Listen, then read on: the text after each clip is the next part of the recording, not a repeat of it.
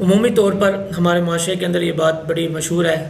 اور یہ لا علمی کی بنیاد پر کہ کسی کے والد یا والدہ فوت ہو جائیں، پہلی عید آئے تو لوگ نئے کپڑے نہیں پہنتے، اور رشتہ دار آ کر جن کی فوتگی ہوئی ہوتی ہے عید والے دن تعزیت کرتے ہیں، افسوس کا اظہار کرتے ہیں۔ یاد رکھیے گا یہ ناجائز ہے۔ نبی مکرم صلی اللہ تعالیٰ علیہ وسلم نے صرف تعزیت 3 دن کے لیے جائز قرار دی، لیکن جو عید کے موقع پر بیٹا بیٹی یا رشتہ دار اپنے عزیز و اقارب کے فوت ہونے پر کپڑے نہیں پہنتے، اس نیت کے ساتھ، ویسے اگر نہ پہنے تو ان کی مرضی ہے، اس نیت کے ساتھ کہ ہمارے والد کو فوت ہوئے ابھی سال نہیں ہوا، یہ پہلی عید ہے، ہماری والدہ کو فوت ہوئے ابھی سال نہیں ہوا، پہلی عید ہے، تو یہ ان کے لیے جائز نہیں ہوگا۔ اچھے کھانے نہیں کھاتے، جائز نہیں ہوگا۔ تو اس لیے جو تعزیت کرنے آتے ہیں ان کے لیے بھی جائز نہیں، اور جو اہل خانہ والے ہیں